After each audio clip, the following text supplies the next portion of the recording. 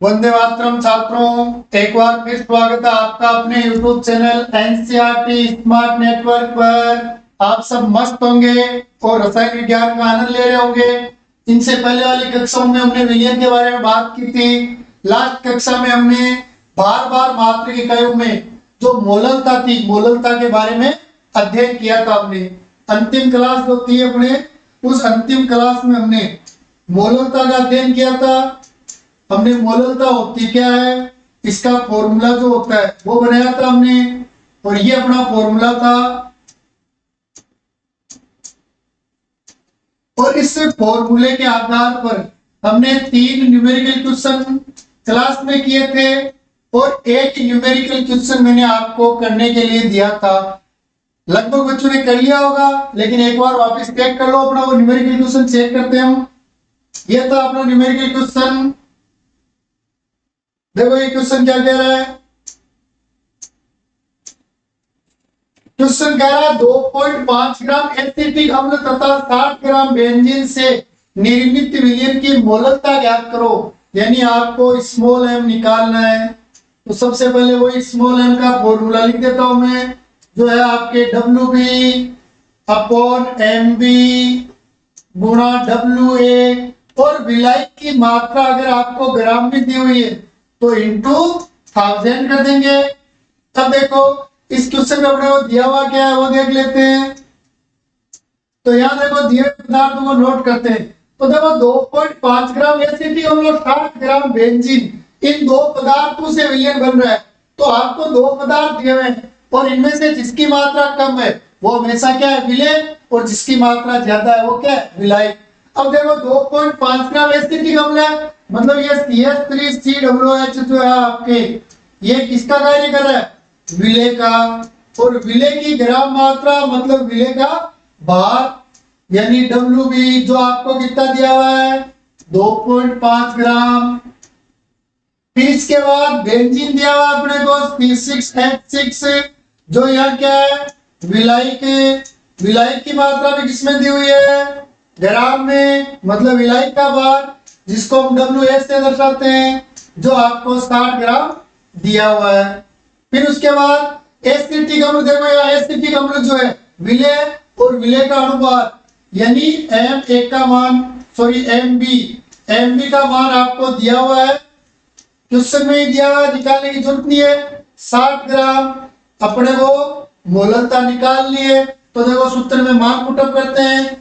तो small m बराबर WB का मान 2.5 इंटू 1000 बट्टा MB भी 60 दिया और WA भी 60, तो ये दोनों लिख दिए 60 गुणा 60।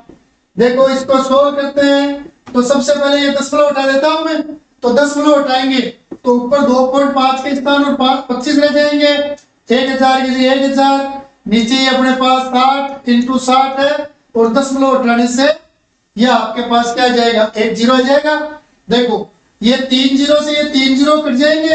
अब अपने पास अंतिम पद क्या रह गया, स्मॉल m बराबर 25 बट्टा 6 इंटू 6। तो देखो इसको और सोल्व करते हैं। तो अपने पास क्या आ गया, स्मॉल m बराबर 25 बट्टे में आ गया आपके पास 36। देखो तो 25 में 36 का भाग लगाते हैं तो नॉर्मली अपने को पता चल रहा है भाग पूर्ण रूप में जाएगा नहीं, क्योंकि 25 छोटी संख्या है। तो देखो इसमें भाग चला जाएगा, लगभग पॉइंट लगा देते हैं, 250 में लगभग 6 बार। फिर इसके बाद देखें तो अपने पास 9 बार, तो ये आ जाएगा आपके पास 0.69। हम निकाल क्या रहे, मोललता। मोललता की इकाई लिख देते हैं, तो स्मॉल m लिख दो, या फिर आपको याद है तो आप 0.69 मोल पर केजी, मोल प्रति केजी, या एक इकाई और इसको इस रूप में लिख सकते हो, 0.69 मोल केजी इनवर्स। तो यह आपका क्वेश्चन था जो आपको मैंने कल घर पे करने के लिए दिया था। एक बार स्क्रीनशॉट लेना चाहो तो ले सकते हो। अब बात करते हो तो हम आगे, इसके बाद आगे की बात करते हैं हम। तो देखो आगे की बात करें तो हम बार बार मात्रक इकाइयों में हमने द्रव्यमान प्रतिशत यानी डब्ल्यू बट्टा डब्ल्यू प्रतिशत, पीपीएम, पीपीबी, और इससे पहले वाली क्लास में हमने मोलरता, इन 4 इकाइयों का हमने क्या कर लिया, अध्ययन कर लिया। बार बार मात्रा इकाई हमने पढ़ी थी 5 होती है, तो आज उस 5वीं इकाई की बात करते हैं। तो जब वो 5वीं इकाई लेते हैं जो है आपके मोल अंश, आपके मोल अंश या मोल भिन्न, यह आपकी बार बार मात्रिक इकाई में अंतिम मात्रिक इकाई है।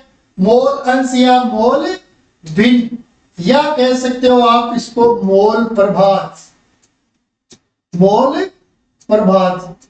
बच्चों हमने इनसे पहले वाली कक्षाओं में भी बात की है और 11th क्लास में हमने देखा था, ये जो मोल शब्द है, मोल बराबर अपना क्या होता है, डायरेक्ट भार बट्टा अनुभार। मोल बराबर क्या होता है अपने, भार बट्टा अनुभार। यहां लिख देते थोड़ा आगे, तो देखो ये लिख देता हूं मैं यहां पर, मोल बराबर आपका है भार बट्टा अनुभार, जो इससे पहले वाली कक्षाओं में भी हमने देखा था और 11th क्लास में मोल अवधारणा में मैंने पढ़ा था। अब अपने को क्या रहा है, मोल अंश। तो देखो मोल अंश कैसे निकालते हैं वो सुनो आप। मोल अंश शब्द से मतलब क्या है, यानी किसी एक घटक के मोल का अंश कितना है। जैसे आप मैथ में पढ़ते हो राम और श्याम, और एक ले लेते हैं घनश्याम, इन तीनों ने, राम ने 10,000, घनश्याम श्याम जो उसने 5,000, और घनश्याम जो इसने 8,000 लगाकर कोई व्यापार प्रारंभ किया। अब आपको इसके ये पूछे कि व्यापार में राम का अंश कितना है, तो आप कैसे निकालोगे, राम की जो मात्रा है इसके द्वारा लगाई गई जो राशि है उसमें घनश्याम और श्याम दोनों की जो राशि है उसका भाग लगाओगे या तीनों की राशि का भाग लगाओगे, तो मोस्टली तीनों की राशि का भाग लगाते हैं कंप्लीट का, क्योंकि अंश हमेशा कुल में से निकलता है। तो ये आप निकालते हो मैथ में अंश निकालने के लिए, सेम वही प्रोसेस आपको यहाँ करना है केमिस्ट्री में भी। तो केमिस्ट्री में आप ये जो अंश निकालोगे वो कैसे निकालोगे, आपका जो विलयन है, मिश्रण जो है, उस मिश्रण में कितने घटक है और उन घटकों के मोलों का अंश कैसे निकालोगे। तो देखो सबसे पहले ये ले लेते हैं परिभाषा बनाने से पहले, माना एपी एक द्विअंगी मिश्रण है, द्विअंगी इट मींस जिसमें 2 अंग है, एक ए है और एक है बी, तो माना एपी एक द्विअंगी मिश्रण है। अब बच्चों इस द्विअंगी मिश्रण की बात करें तो इसमें घटक एक तो है आपके ए और एक है आपके घटक बी। बच्चों पहले देखो मोल जो होता है, मोल को एन से दर्शाया जाता है, मोल को किससे दर्शाते हैं, स्मॉल एन से। और जो मोल अंश होता है, मोल अंश या मोल भिन्न, मोल अंश या मोल भिन्न जो होता है इसको अक्ष से दर्शाते हैं। तो देखो ये जो अपना घटक है, इस घटक में यदि हम मोल लिखें तो घटक एक का मोल भाई एन मोल के लिए आया है और एक का मोल है, मतलब इसके नीचे एन लिख दे ताकि आपको पता चल जाए कि एन ए क्या है, घटक एक का मोल। इसी प्रकार बी का मोल क्या आ जाएगा, एन बी आ जाएगा। मोल अंश को अक्ष से दर्शाते हैं। अगर घटक एक का मोल अंश है तो उसको किससे दर्शाओगे, अक्ष एस से, और बी का है तो उसको अक्ष बी से। यह आपको एक द्विअंगी मिश्रण दिया हुआ है जिसमें घटक ए जो है उस घटक ए के मोल एन है, घटक बी के मोल एन बी है, और घटक ए का मोल अंश अक्ष ए है और घटक बी जो है इसका मोल अंश क्या है, अक्ष बी। अपने को बच्चों इसमें मोल अंश निकालना है, तो अब अपने क्या करेंगे, मोल अंश किसका निकालना है, मोल का। तो ये मोल है, तो वो अभी देखा था हमने वैसे ही, जैसे पहले घटक एक का मोल अंश निकालते हैं, घटक एक का मोल अंश। आपको जो नॉर्मल आप गणित पढ़ते हो छोटी क्लासों में जो गणित पढ़ते हो वही तरीका अप्लाई कर लो आपको। तो देखो आपको 2 दिया है और इनमें से एक जो घटक एक इसका मोल अंश निकालना है, तो क्या करोगे, घटक एक के मोल हो गया, घटक एक के मोल और बट्टे में क्या लोगे आप, मिश्रण, या कह सकते हैं घटक एक के मोल प्लस घटक बी के मोल, क्योंकि कुल में सभी को जोड़ेंगे तो घटक बी के मोल, ये हो जाएगा अपने नॉर्मली। जैसे घटक ए के मोल को हम अक्स ऐसे दर्शा रहे हैं, घटक ए का मोल तो एन ए आ जाएगा, और घटक ए का मोल वापस एन ए, और घटक बी का एन बी, ऐसे तो निकालेंगे हम इसको। तो जब इस आधार पर हम परिभाषा बनाते हैं, तो परिभाषा क्या बनेगी, किसी भी घटक के मोलंश का तात्पर्य क्या, अपना कोई भी घटक दिया हुआ है और उसके मोलंश का मतलब क्या है, तो सीधा है, देखो घटक ए का मोलंश ले रहे हैं तो घटक ए के जो मोल है उनमें हम घटक ए और बी, और घटक ए और बी क्या है, मिश्रण के दो ही भाग हैं, यानी आप कह सकते हो प्रत्येक घटक के मोलों का योग या मिश्रण का कुल मोल। तो परिभाषा क्या बन जाएगी अपने इस फॉर्मूले के आधार पर। जैसे घटक ए की बात करें तो किसी मिश्रण में घटक के मोलंश का सीधा तात्पर्य क्या है, उस घटक के मोल और मिश्रण के कुल मोल जो है उनका अनुपात जो होता है वो आपके क्या कहलाता है, मोल अंश या मोल भिन्न कहलाता है। या ये कहें, देखो भिन्न, भिन्न मतलब किसी वस्तु को अंश बट्टा आर के रूप में लिखना। अब किसी भी पदार्थ का अंश देख रहे हैं तो उसका जो मान है वो तो आ जाएगा अंश में, और कुल मान जो है वो आ जाएगा आपके हर में। तो देखो अब परिभाषा बना लेते हैं, इसकी परिभाषा बनाने के बाद इसको समझते हैं हम। तो अपने मोल अंश या मोल भिन्न का तात्पर्य क्या है, किसी घटक के मोल अंश का तात्पर्य यह है कि उस घटक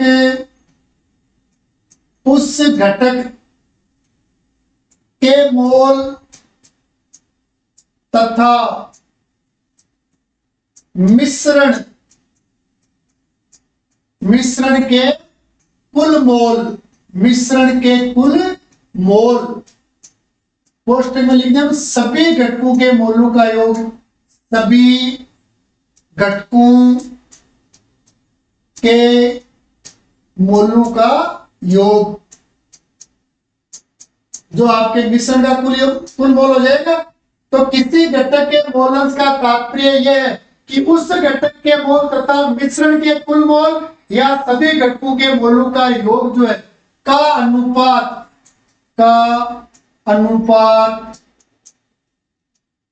घटक का मोल अंश कहलाता है।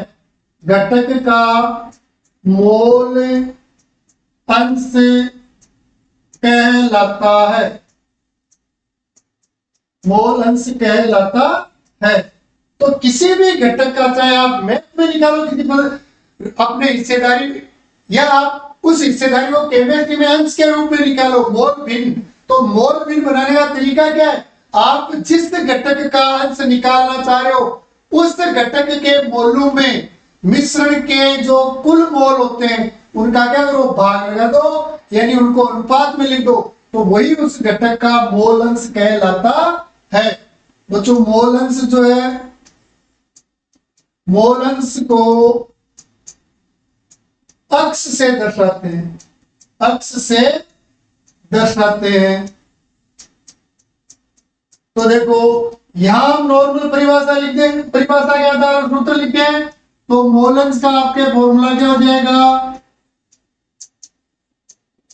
घटक का मोल अंश होगा आपके, घटक का मोल अंश बराबर आप लिख दो उस घटक के मोल, घटक के मोल बट्टा मिश्रण के कुल मोल, बट्टा मिश्रण के कुल मोल। तो बच्चों ये परिभाषा देखो, आपको खुद को बनानी है समझकर, मैं बता रहा हूं, ये आपको याद रखने की जरूरत नहीं। आप तो जो मैथमेटिक्स पढ़ते हो उसमें आप जो शुरू से छोटी कक्षाओं में आप हिस्सेदारी निकालते हो उसी आधार पर बनाई हमने कि मोल अंश, अंश किसका बनाना है, मोल का, और मोल का अंश लेना है मतलब आप मोल लोगे, और एक घटक का लेना है मतलब मिश्रण में। ये तो हम द्विआंगी है, अगर मान लो त्रिआंगी है तो भी एक घटक के मोल में कुल मोलों का भाग लगाओगे। अगर उसमें 5 अंक है तो जिसका निकाल रहे हो उसमें 5 के योगों का भाग लगाओगे। तो ये होता है आपके नॉर्मली मोल अंश की परिभाषा और उसका फॉर्मूला। स्क्रीनशॉट लो इसका। देखो इसी के आगे अब बात करते हैं जो भी हमने पहले इस परिभाषा बनाने के लिए समझा था उसको वापस। तो सबसे पहले ये ले लेते हैं, माना ए बी एक, चलो अब की बार ए बी सी त्रियांगी लेते हैं हम, एक त्रियांगी विलयन लेते हैं। माना ए बी सी एक त्रियांगी मिश्रण है, त्रियांगी मिश्रण है, एक मिश्रण है जिसमें 3 अंग है, एक ए एक बी और एक सी, जिसमें घटकों के मोल, इन तीनों घटकों के मोल क्रमशः आपके एक जो है उसका तो हो जाएगा एन ए, बी का एन बी और जो घटक सी है उसका एन सी, तथा इनके मोलंश, और इनके मोलंश को भी देख लेते हैं।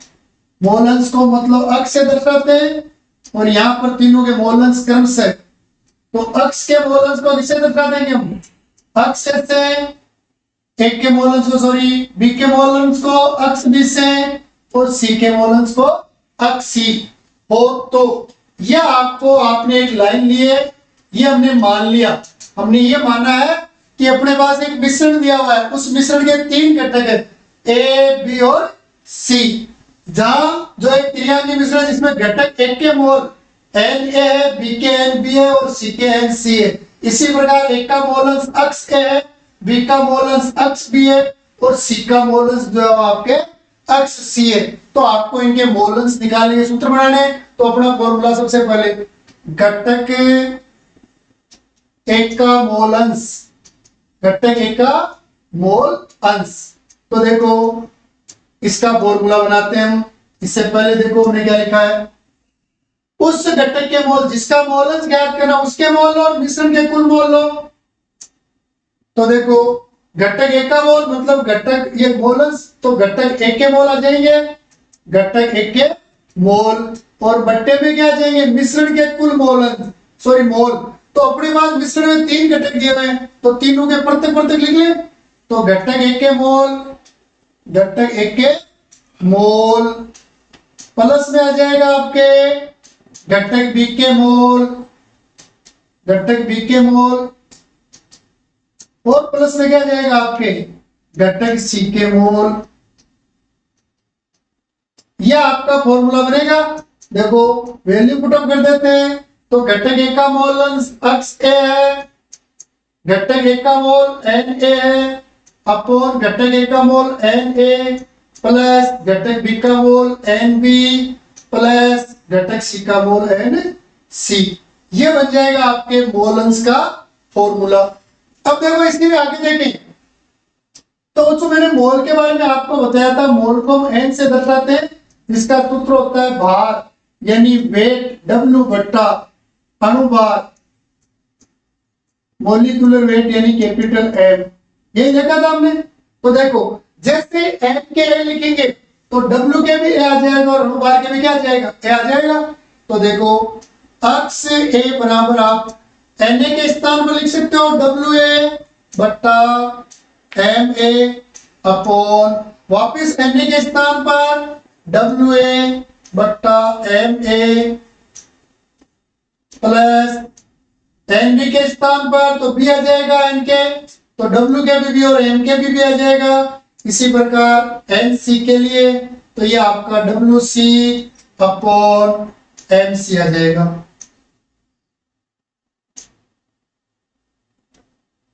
ये अपने पास अक्ष ए जो है घटक अक्ष ए उसका मोल अंश हो जाएगा। इसी प्रकार आप अक्ष बी और अक्ष सी का मोल अंश निकाल सकते हो। एक का मैं निकाल रहा हूं, एक का पुनः आपको अपने घर पे निकालना है। आज का होमवर्क क्या होगा, आपको घटक सी का मोल अंश निकालना है। यह आज आपका होमवर्क होगा। तो पहले देखो हम घटक बी का निकालते हैं। तो घटक बी का मोल अंश, घटक बी का मोल अंश। तो वही अपना फॉर्मूला, घटक बी के मोल बट्टे में मिश्रण के कुल मोल, और कुल मोल को हम एक साथ नहीं लिखकर अलग अलग लिखे तो क्या आ जाएगा, घटक ए के मोल प्लस में आ जाएगा घटक बी के मोल प्लस में आ जाएगा आपके घटक सी के मोल, घटक सी के मोल। ये अपना फॉर्मूला बन जाएगा। तो देखो वही इनके प्रतिभुज से प्रदर्शित कर देते हैं। तो जो मोल अंश अक्ष और बी का है तो अक्ष बी, मोल एन और बी के लिए है तो एन बी बट्टा घटक ए के मोल तो मोल एन ए के लिए एन ए, घटक बी के मोल तो एन बी, और इसी प्रकार घटक सी के मोल तो ये एन सी आ जाएगा। वही अपने पास मोल का फॉर्मूला पता है, एन बराबर होता है आपके डब्ल्यू बट्टा एम, यानी भार बराबर अपने मोल बराबर भार बट्टा अनुभार। तो देखो एन में जैसे ए आएगा तो यहाँ और यहाँ ए आ जाएगा, बी आएगा तो दोनों जगह बी, और सी में दोनों जगह सी। तो देखो मान रखते हैं तो अक्स बी बराबर एन बी की जगह तो डब्ल्यू बी बट्टे में आ जाएगा आपके एम बी। फिर वापस बट्टा ले लेते हैं एन ए के स्थान पर तो डब्ल्यू ए बट्टा एम ए आ जाएगा, प्लस एन बी के स्थान पर तो W B upon M B आ जाएगा, एन सी के स्थान पर तो W C upon M C. यह आपके घटक बी का मोल अंश हो जाएगा। निकालने का सूत्र घटक सी के मोल अंश का सूत्र आपको बनाना है। अब तो ये तो नॉर्मल मोल अंश के फॉर्मूले, नीचे कई बार लिखते समय बच्चे जैसे यहाँ लिख रहे हैं घटक बी का मोल अंश तो घटक बी के मोल अपॉन घटक बी के मोल लिख देते हैं, तो कोई गलत नहीं है।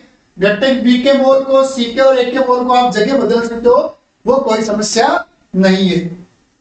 अब बच्चों देखो मोल अंश जो है, इस मोल अंश की एक सबसे खास बात क्या है, कोई भी मिश्रण हो जिसमें घटक 2 हो, घटक 3 हो, 4 हो या अनेक हो, किसी भी मिश्रण जो होता है, किसी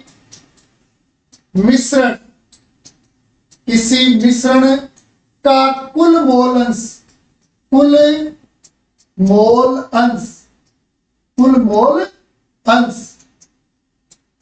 सदैव एक होता है।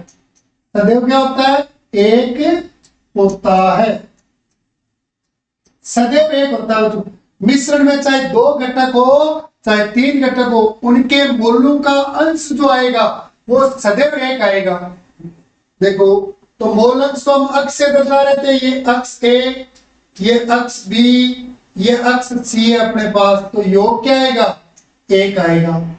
ये अपने नॉर्मली मोल अंश के लिए होता है। तो मोल अंश का योग कितना होता है, सदैव एक होता है।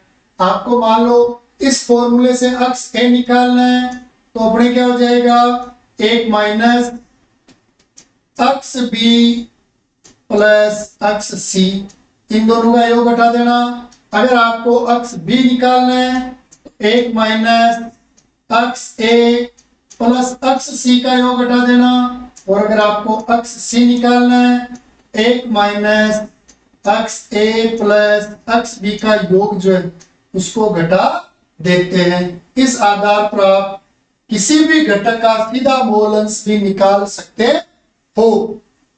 ठीक है बच्चों इसके अतिरिक्त एक बात और ध्यान रखना, जैसे किसी मिश्रण का मोल अंश सदैव एक होता है, वैसे बच्चों मोल अंश जो है, मोल भिन्न या मोल अंश, इसकी कोई मात्रक इकाई नहीं होती है। मोल अंश की कोई मात्रक इकाई नहीं होती है, मात्रक इकाई नहीं होती है, नहीं होती है। यह ध्यान रखने वाली बात है कि अपने जो मोल अंश है, मोल अंश की मात्रक इकाई नहीं होती है। जैसे मोलरता पढ़ी थी हमने, उसकी मात्रक इकाई मोल पर केजी या मोल केजी इनवर्स या मोलर लिखा था, परंतु मोल अंश की कोई इकाई नहीं होती है। ठीक है बच्चों, एक न्यूमेरिकल क्वेश्चन देख लेते हैं। इसमें हम एक क्वेश्चन देख लेते हैं, उस क्वेश्चन की सहायता से इसको क्या करते हैं, सोल्व करते हैं हम। तो देखो वही ले लेते हैं जो हमने आते ही सोल्व किया था। 2 ग्राम एसिटिक अम्ल तथा 78 ग्राम बेंजीन का विलयन है। तो प्रत्येक घटक का मोलंस ज्ञात करो। मोलंस ज्ञात करो। तो ये देखो क्या रहा है, ये कह रहा है आपको एक मिश्रण दिया हुआ है, एक विलयन दिया हुआ है जिसमें 2 घटक है। एक तो 2 ग्राम तो एसिटिक अम्ल है और 78 ग्राम बेंजीन है। तो आपको प्रत्येक घटक का क्या निकालना है, मोल अंश। तो सबसे पहले देखो यहां विलय या कह सकते हैं घटक ही लिख लेते हैं, विलय की आवश्यकता नहीं है अपने को। एक को तो मान लेते हैं घटक ए, एक को मान लेते हैं घटक बी। तो देखो आपको अक्ष ए और अक्ष बी ये ज्ञात करने हैं। आपको एक तो अक्ष ए निकालना है और एक आपको अक्ष बी निकालना है। देखो हम एसिटिक अम्ल को ए मान रहे हैं और बेंजीन को क्या मान रहे हैं, बी। तो एसिटिक अम्ल जो होता है, एसिटिक अम्ल जो होता है का अनुपात, अभी हमने इससे पहले वाले क्वेश्चन में अपने को दिया हुआ था और हम निकाल भी सकते हैं 60 ग्राम। भाई कार्बन है 2 तो 24 ग्राम तो ये हो जाएगा। ऑक्सीजन है 2 तो 32 ग्राम और 4 हाइड्रोजन है तो ये 4 ग्राम, टोटल 60 ग्राम हो जाएगा। और बेंजीन का अनुपात, बेंजीन का अनुपात निकाल ले तो बेंजीन का अनुपात भी कितना होता है अपने, इसका होता है वो तो 78 ग्राम। कैसे, देखो 6 कार्बन है, एक कार्बन का 12 ग्राम तो 12 और 6 तो 12 72। एक हाइड्रोजन का 1 ग्राम, हाइड्रोजन 6 तो 6 ग्राम तो 72 और 6 78 ग्राम। अब देखो अपने को ग्राम में मात्रा दी हुई है और ग्राम मात्रा क्या होता है, भार। तो आपके CH3COOH का भार कितना दिया हुआ अपने को, ये दिया हुआ आपको 2 ग्राम। तो 2 ग्राम ये हो जाएगा आपके WA, क्योंकि इसको ए माना है। इसी प्रकार C6H6 जो है, C6H6 जो है इसका भार कितना दिया हुआ अपने को, इसका भार दिया हुआ आपको, जिसको हम WB कहेंगे 78 ग्राम। यह आपको दिया हुआ है, आपको अक्ष ए और अक्ष बी निकालना है। तो देखो अक्ष ए का सूत्र लिख लेते हैं हम। तो अपने अक्ष ए का सूत्र क्या हो जाएगा,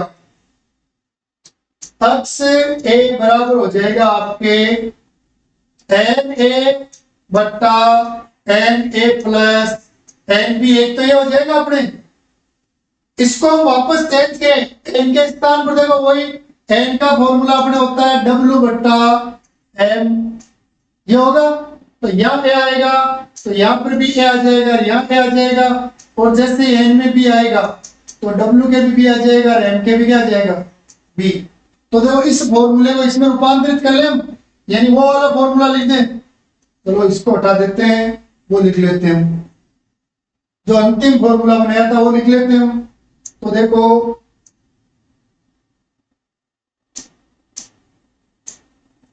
ये अपने पास अक्ष ए बराबर आ जाएगा WA अपॉन MA बट्टा WA upon MA plus WB upon MB। ये अपना क्या है, फॉर्मूला है। इस फॉर्मूले में अपने को केवल वैल्यू रखनी है बच्चों। तो देखो अक्ष ए बराबर, देखो घटक एक, इसको घटक ए माना है तो ये अनुभार आपके MA है, इसको भी माना है तो ये अनुभार क्या है, MB है।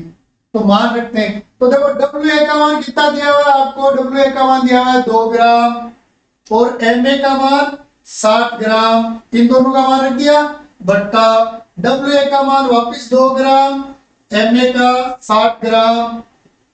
WB का मान दिया हुआ कहीं पे भी आपको, ये दिया हुआ 78 और इसका भी, MB का भी 78। इनको सोल्व कर लेते हैं तो ये आ जाएगा 1/30, ये भी 1/30 और ये आपके केवल 1 आ जाएगा। तो देखो इसको आगे लिख देते हैं। तो अक्स ए बराबर रह गया 1/30, फिर 1/30 प्लस ये रह जाएगा 1/1 या ओनली 1। अब देखो 1/30 इसको सोल्व कर लेते हैं हम। नेक्स्ट पेज ले लेते हैं जैसे। तो ये था अपने पास 1/30 बट्टा 1/30 प्लस में अपने 1 है। इसको डायरेक्ट काट मत देना, कई बार ज्यादा होशियार हो जाते हैं, इसको काट देते हैं मैथ के हिसाब से, कटेगा नहीं ये, ठीक है। तो देखो 1 में 30 का भाग लगा लेते हैं हम, 1/30 का मान निकालते हैं। 1/30 का मान निकाले, 1 में तो जाना नहीं है तो ये लगा दिया 10, तो ये हो गया आपके क्या 10, 10 में भी नहीं जाना है तो यहाँ 0 लगा दिया। 100, अब 100 में भाग दे देते हैं, 0 से 0, 10 में ये लगभग चला जाएगा आपके 3 बार, तो ये आ जाएगा लगभग आपके 0.033। तो देखो अक्स ए बराबर आपके आ गया 0.033 बट्टा ये भी आ गया 0.033 और प्लस में है आपके 1। आगे सोल्व कर लो, 0.033 बट्टा इसको ऐड करोगे तो ये आ जाएगा आपके 1.033, क्योंकि इसको इस प्रकार लिखेंगे फिर तो इनको ऐड करेंगे तो ये आ जाएगा। तो देखो इसको सोल्व करें, दशमलव से दशमलव उठ जाएगा तो आपके 33/1033 ये निकालना अपने को। 33 में 1033 का आपको भाग लगाना। तो देखो 33 में 1033 का भाग लगाते हैं नॉर्मली। 33 में तो जाना नहीं है तो वही दशमलव लगाया तो ये हो जाएगा आपके 1 0 आ जाएगा। 330 में भी जाना नहीं है तो फिर यहाँ 1 0 लगा के यहाँ लगा देते हैं 3300। देखो 3300 में 1000 का भाग, ये देखो अपने पास 3000 है, ये 1000 है, लगभग 3 बार चला जाएगा तो अपने पास आ जाएगा 0.033 के आसपास। ये बच्चों घटक 1 का मान आ जाएगा आपके पास।